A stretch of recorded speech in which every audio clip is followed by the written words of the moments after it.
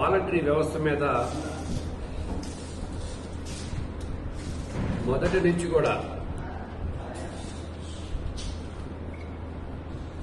ఏదైతే ప్రతిపక్ష పార్టీలు ఆ వ్యవస్థను ఏదో ఒక విధంగా నిర్వీర్యం చేయాలి, ఆ వ్యవస్థని రద్దు చేయాలనే ఆలోచనతోటి మొదటి నుంచి విషం కక్కుతున్నటువంటి ప్రతిపక్ష పార్టీల యొక్క ఆలోచనలు ఈరోజు ఎలక్షన్ కమిషన్ తీసుకున్నటువంటి నిర్ణయాన్ని బట్టి తేటతెల్లమవుతున్నాయి. గౌరవ ముఖ్యమంత్రిగా శ్రీ వైఎస్ జగన్మోహన్ రెడ్డి గారు బాధ్యత చేపట్టిన తర్వాత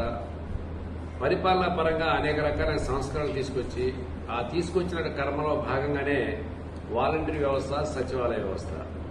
ముఖ్యంగా వాలంటరీ వ్యవస్థ ద్వారా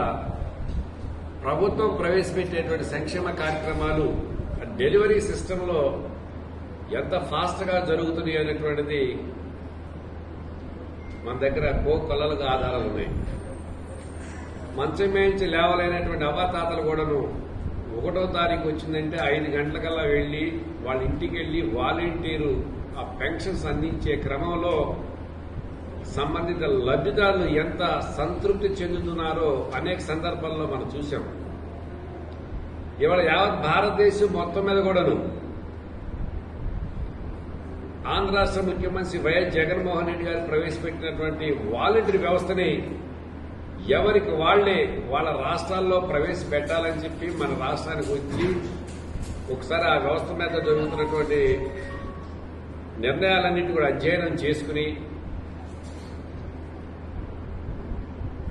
అలాంటి పద్ధతులు వాళ్ళ రాష్ట్రాల్లో అమలు జరుపుతానికి అడుగులు ముందుకు వేస్తున్న పరిస్థితులు ఉన్నాయి. ప్రజలకి డెలివరీ సిస్టంలో ప్రజలకు బాగా దగ్గరైనటువంటి పరిస్థితులు,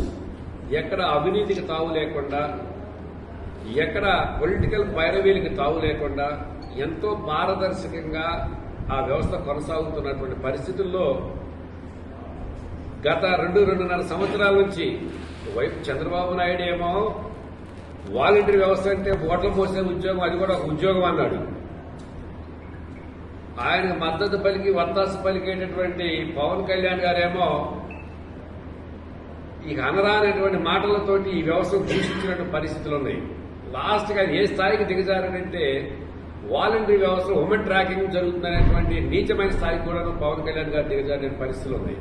అండ్ స్టేట్మెంట్స్ ఏ మీటింగ్ లో చూసినా చంద్రబాబు నాయుడు కావచ్చు,